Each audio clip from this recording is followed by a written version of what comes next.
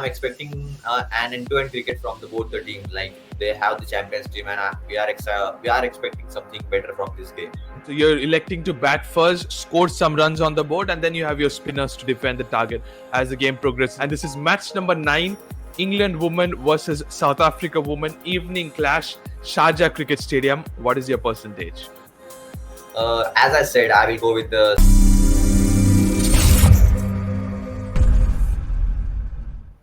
Now, all the teams have played one game each, and now the tournament becomes more interesting. We're shifting into our focus into the single headers now because one game each is now going to be played, and it's England versus South Africa. A huge game, I must tell you, in Group B. I have Parag with me. Parag, both the teams kick-started the tournament with a comprehensive win. I must say, dominating performance by South Africa. On the other hand, we saw more or less a comprehensive victory by England yesterday. So, thoughts on that and how important is this game for both the sides? So yeah, absolutely, you have said that dominant performance from the South African team, and I think that this is going to be a proper thriller match from a Group B. I would say because both teams are coming from a great wins. They both defeated their opponents in the previous match, and they didn't just win. They actually, like you said, I said, the South Africa just thrashed their opponent, and Absolutely. also England also win, like not like a one-sided finish, but they just win their Correct. match. So Somehow got it over the line.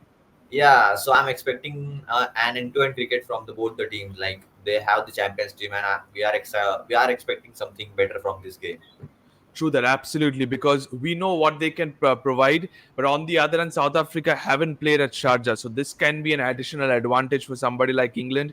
But yes, England with the bat were really restricted by Bangladesh really well. But when it came to the class of England's bowling against Bangladesh's inexperience, that's where they showed the smartness and did everything because it was just the only wicket of Nigar Sultana Jyoti that could have made the difference. And once she got out because of a run out, I think it was just England all the way through in the rest of the innings. But talking about this game, England versus South Africa, and this is going to be an important one. Talking about the head to head between these two teams, 23 matches have been played between these two sides in the shortest format of the game. 19 is to 4, 19 in favor of England. That's massive, massive domination, I must tell you, by the side led by Heather Knight right now. Yeah, like I know they have completely dominated against the South Africa, but I would say that England has like completely dominated against the South African team. But I'm hoping for South Africa to win this match because if we look at the previous match of the Proteas, we can see that they showed a beautiful display of cricketing Mhm. skills against the West Indies. Though West Indies is not a weak opponent and has some good players, having already also won the tournament, but South Africa did a fantastic job in their previous match. Like their batting showed exceptional kills, and if we saw like England's opponents have a good start to their team, like Yeah. England did a good start in the openers, but in the middle over somehow they got like I don't know crumbled up against the spin. And so while in the early overs everyone was thinking of the 150 runs, but Yeah. as the innings progresses, England batters were only able to score 118, 118 runs. So they somehow managed in bowling and were able to register their first win. So in this match, I'm backing South Africa based on their previous match performance. So We yeah. will see that. We will come to the predictions as the show progresses. But yes, England did crumble with the bat in the middle overs, post the power play because the spinners were operated by Bangladesh. And that's what Heather Knight herself said in the post match presentation as well. That they need to improve their strike rotations. They were targeting 140, but eventually were restricted to 118. That's something they need to work on. You're going towards Laura Walworth and her side. We will talk about that. But looking into the fixtures now, Parag, for England, they started off a victory versus Bangladesh yesterday. Now they face South Africa tomorrow. Then they have a 6 days gap. That's huge. From 7th October, the next game is on 13th of October versus Scotland. And they end this group stages versus West Indies at Dubai. So 3 games on the trot at Sharjah. Then they end with Dubai. I think England have started off well. If they can somehow manage to defeat South Africa tomorrow, they have 1 foot on the semi-finals for sure. Yeah, I think that the South Africa is the only strong opponent from this group, which will may be problematic for the England team. So I think that England is only facing on this game only because I don't think that Scotland and West Indies Yeah. would able to give some strong fight to the strong England team.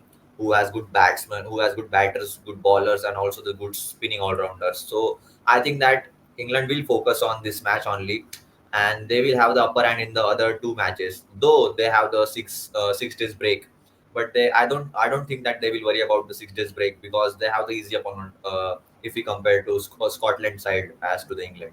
True that, absolutely. Because Scotland and West Indies will be their remaining two fixtures after that long break. We have West Indies and Scotland going on currently, and this is going to be an important clash because the loser, I think, more or less bids adieu in the tournament as well. That's going to be important game between those two sides to keep their tournament alive. Moving into South Africa's fixtures now. One comprehensively versus West Indies. Now they face England, as you said. The only tough fixture in this group is between these two sides. Then South Africa, after seventh facing England, go on to ninth at Dubai facing Scotland, and then on 12th they face Bangladesh. So, do you think the same, just like we said about England? Do you think the same for South Africa as well? Yeah, absolutely. Same for the South African team. And although opposite to the England, they have just thrashed their opponent in the first match. So I am expecting the same against the Scotland and also against the other team. But yeah, I will look up to this match because this is going to be the one of the important match for the both the teams if they want to the finish on the first place. So yeah. Okay. Okay, so we will see that. But moving on to the pitch report now. Parag, this is important because Sharjah is slowly and steadily getting slow as we expected.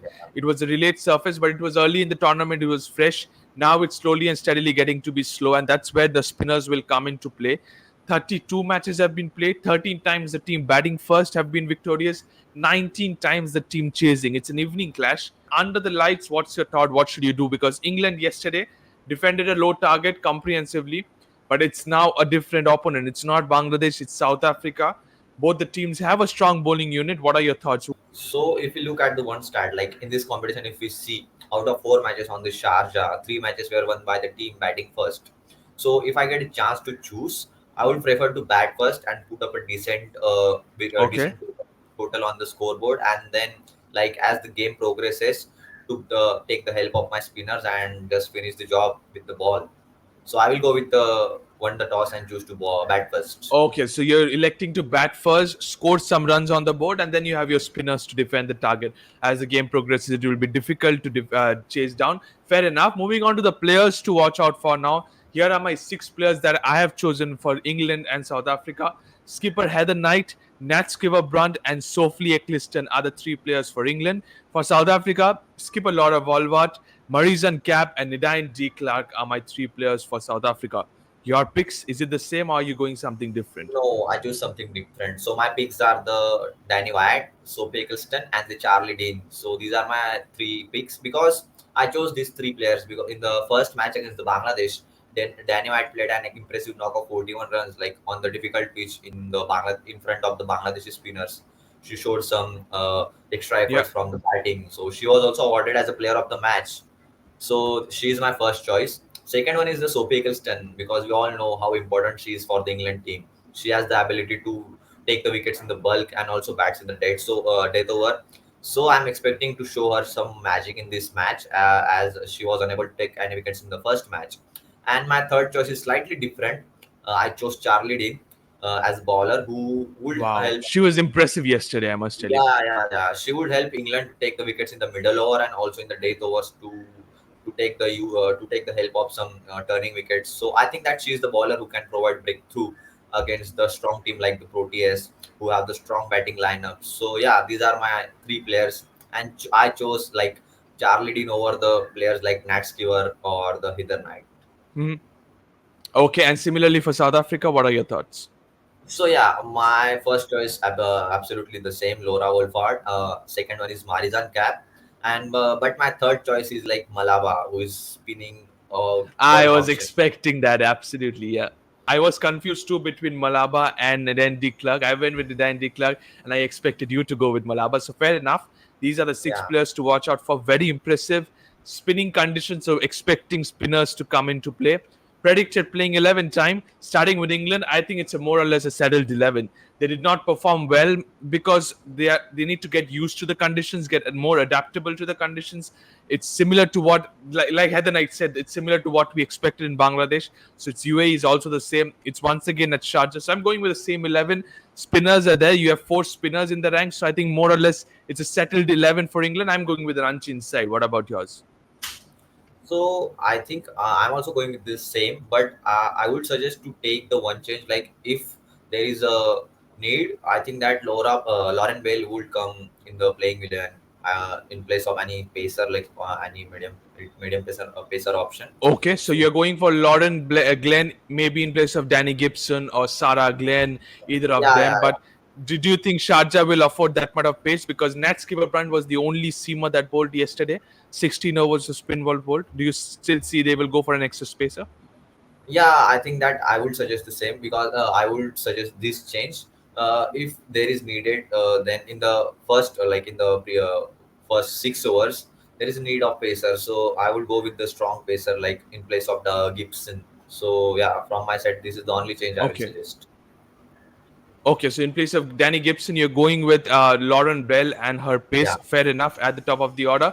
Going for South Africa, predicted playing 11 as well. Laura Walwart and her side. I am going with an unchanged 11 because it was a dominating performance. The bowling team did really well and was just the two openers that did the job for them with the bat. So I think it's a very good settled 11. Why change something which is going very good?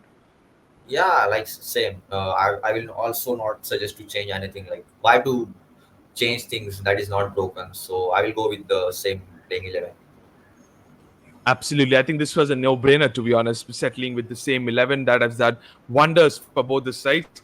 Both teams have got a win. It's time for predictions time now, Parag. And this is match number 9, England women versus South Africa women, evening clash, Sharjah Cricket Stadium. What is your percentage? As I said, I will go with the South African team 70% and 30% to the England team. Okay, so you're going with 70-30 towards South Africa. Laura Walward and our side to get a second win. That's what you go. Thank you so much, Parag. Thank you to all the viewers for watching this one. It's going to be a cracking contest, I must tell you. One game, but it's England versus South Africa. Both the teams have got a win under their bag. Which team is going to get the second win on the trot? We have to wait and see all the way from Sharjah. Don't forget to subscribe to Fifth Umpire. Press the bell icon as well. Thank you so much, and bye bye.